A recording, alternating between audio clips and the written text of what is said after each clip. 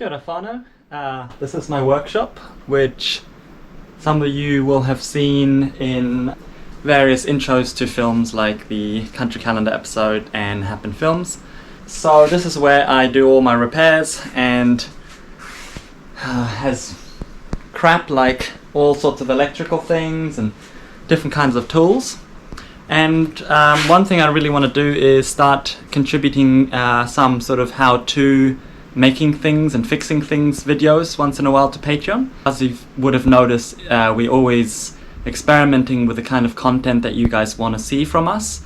And so if you like these videos, please say so in the comments and sort of maybe what you would like to see as well in the future. So the first thing I want to show is fixing a tool handle. So the same applies for any handle, be it a hoe or a rake or a pickaxe, whatever. This one here got broken recently. This could be a lot of reasons why a tool handle breaks, and you've probably had a fair few happen to you.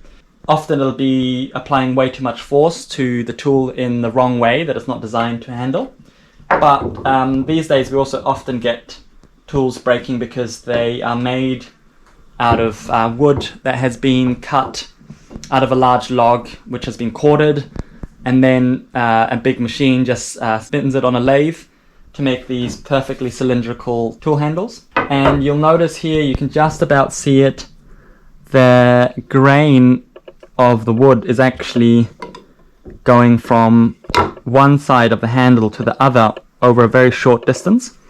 And that's the result of the grain of the tree being much larger than the tool handle ends up being. And so you can actually have these grains starting and ending over a very short distance. And what that means is that it'll very likely break at that spot. So we fixed this handle with a piece of tanekaha that we got from the forest. And this is the finished product. So we'll show you the process of how we did that. And also the advantage here is that this is one piece of wood that's a sapling, and so any grain that starts on one side of the wood will end up being hauled the whole way through. So we don't have something starting here and ending here. Anything starting here is going to end up being at the end. So all the grains are contained throughout the entire length. And that means that we don't have that breaking point as easily. So these shovels for the same thickness will have far greater strength than the original handle. So over time you'll find yourself replacing tool handles, and the process that I'm going to show you is one way that we do it, and there'll be lots of other ones on YouTube, but this works for us. And you can do this with pretty much any sapling that's got a moderate amount of strength and flexibility. So this is called a shave horse. It's almost an heirloom sort of item for some people. You don't come across them very often, but a very practical, low-tech solution to doing two things at the same time with your body. So the way that it works is it has a clamping surface and a clamp, and the clamp you activate in a very dynamic physical way. So you just push against it, and that same force that you apply against it is the same one that you need for your tool. So you actually need something to push against to pull on your tool, and that same force is actually clamping your piece down. And why it's so different to, for example, a vise is because you can very quickly adjust it and move it in and out, rotate your entire stock and work on it very successfully. So I don't know why these are sort of one of those things that have disappeared into the past, but lots of low-tech communities like Amish and Mennonites use them. So I think it's a sort of a shaker technology almost, but there's variations on the design. You can look it up on Google and you'll find 100 variations, but they're very practical for making tool handles. And probably I would say this is the epitome when it comes to just what works the best. There's no fiddling around with the vise and a winding and unwinding. So you have a very ergonomic position, you pull on it, and you can do quite small or quite large things.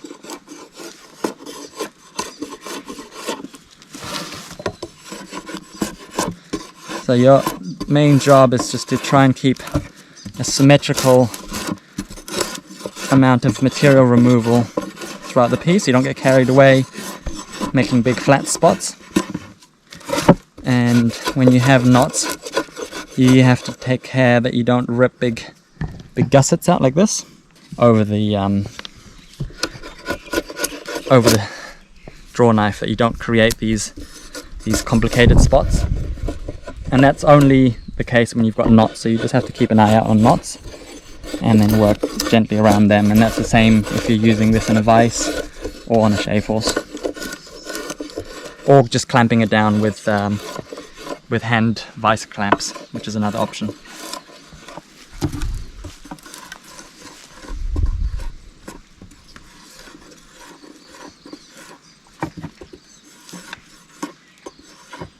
It's worth often checking to see where you're at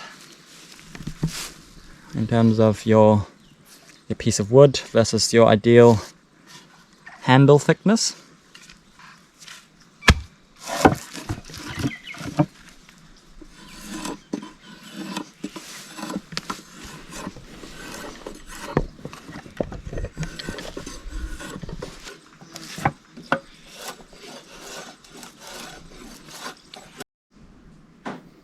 So here we've got a funny area of the wood, a bit of a protrusion, some kind of knot sort of thing. Looks like it's going to be okay, but sometimes those kind of areas can be quite challenging to do with a draw knife. It wants to dig up the grain. You sort of see it here. It wants to dig up the grain after the knot, but then gets jammed into the knot. Luckily, it's not such a big problem, but here you can see it's sort of excavating a little bit afterwards. Not a biggie. You can reverse the blade and just push a bit.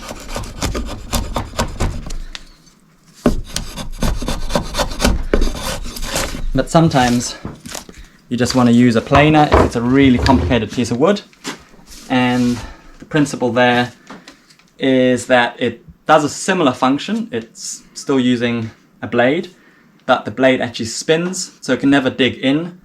And that really allows you to plane through really complicated knotty bits of wood that might still be a good tool handle, but just pose a bit too much challenge for a draw knife. So I've often used these pretty successfully, but they're pretty noisy and irritating for the neighbors, so sort of up to you.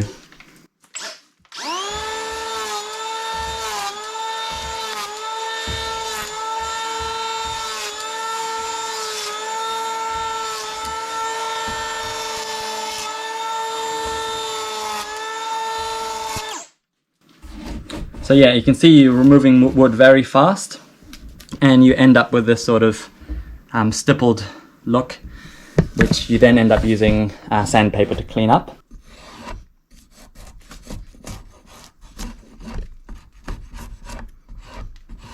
It doesn't matter too much about being perfectly cylindrical. It's okay if we have slight undulations here, there. It's actually quite nice often when you're working with a tool that feels organic rather than something very uniform. So here you go, and that's how you do a tool handle. And once Felix has finished this rod, we'll finish off the video by showing you how to fit it into the old head and how to remove the wood from the head. So that's fairly simple, but yeah, we need to take these pins out and work that head loose.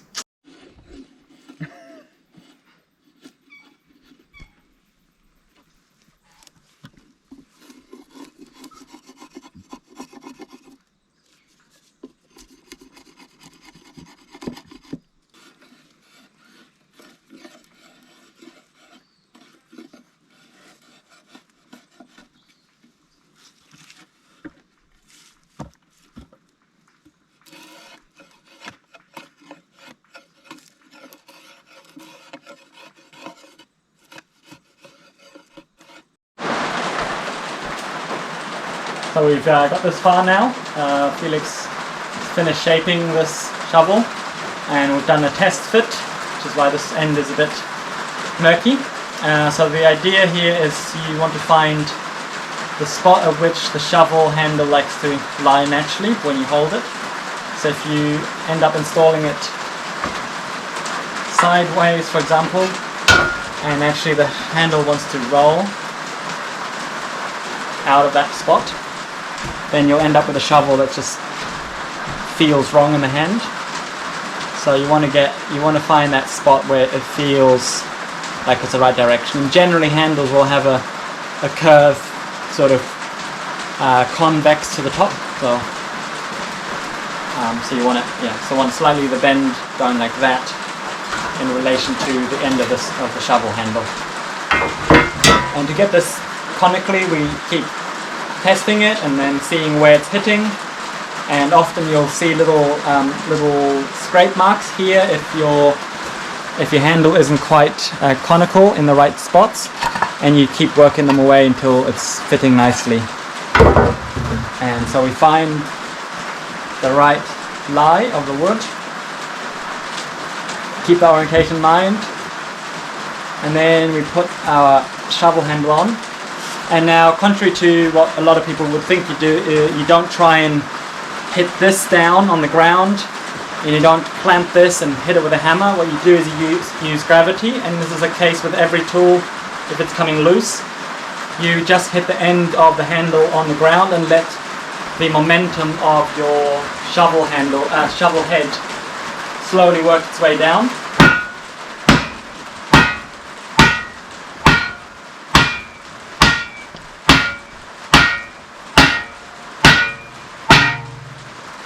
And so now we have a handle. And this is pretty nice and smooth, but there are some little odd burrs that do wear out, but depending how nicely you finish it, what I like to do is put my handle in some kind of support, and then use a old belt from a belt sander and have it inside out with sanding inside, and then just do this.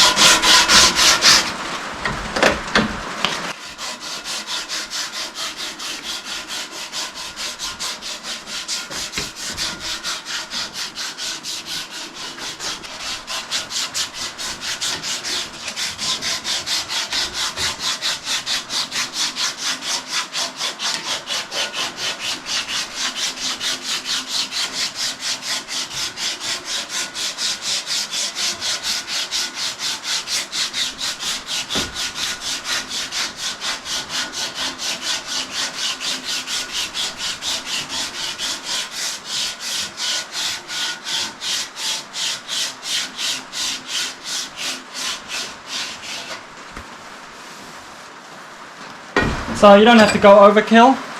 The main thing is just to get rid of any feelings of burrs in your hand, because the next time you're working on it you might not have gloves, and that doesn't take a lot to give you blisters. But the nicest finish is really a handle that's been well used for years, and there's just nothing that rivals that smooth polish that you get from your hand rubbing off on a beautiful handle that you've made yourself. So that's really the finish. And now for the end, I like to use a knife, but you can also just use a grinder or a draw knife and just round the head off.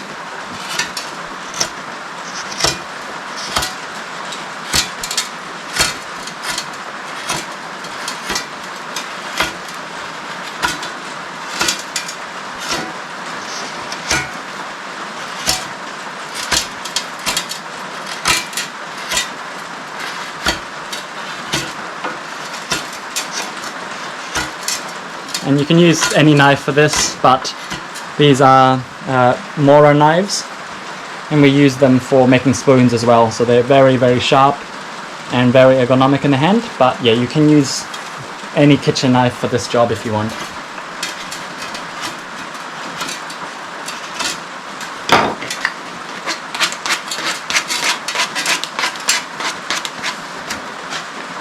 And there you have it. Now we're just going to give it a little bit of a clean up here while we've got it here, so we'll sharpen the edge and we'll give it an oil. That's something that it's quite good to do with your tools in general once a year. These handles can dry out, you start getting cracks, and once those cracks start growing they get drier deep inside your handle, and so they start growing more and more, and that's where you'll end up having a break. So having them oiled quite regularly will help the handles last a lot longer. And you should always obviously keep your tools in a sheltered place, otherwise they rust, and you want to sharpen them quite regularly. So we can do another little video on that, but we'll just do a quick one on this and just give it a bit of a clean up and an oil. And so you oil the metal and the handle whenever you do a maintenance.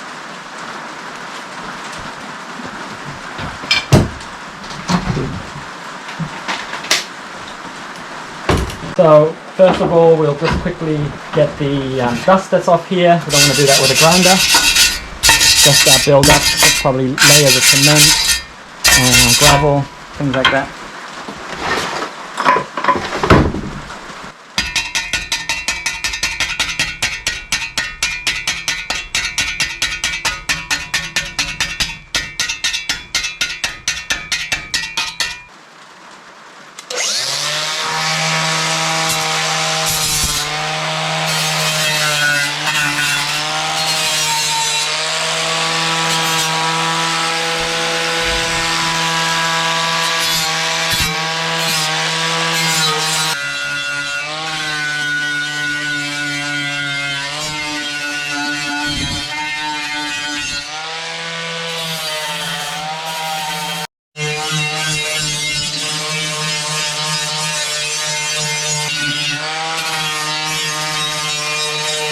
And we're done. So last thing we're going to do is just give it a bit of an oil. What I've done here is polished all the grit off.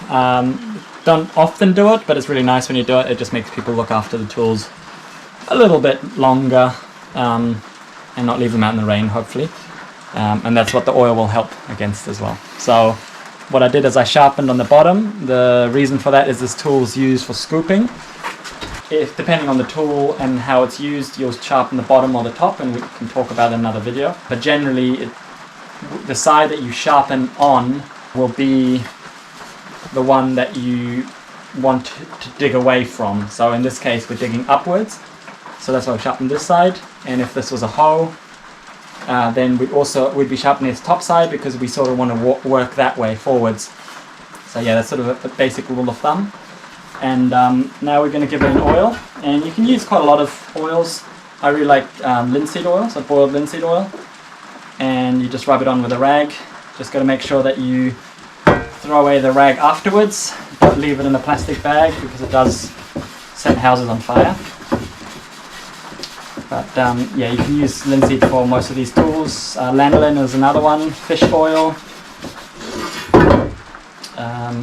Olive oil, if you've got enough of it.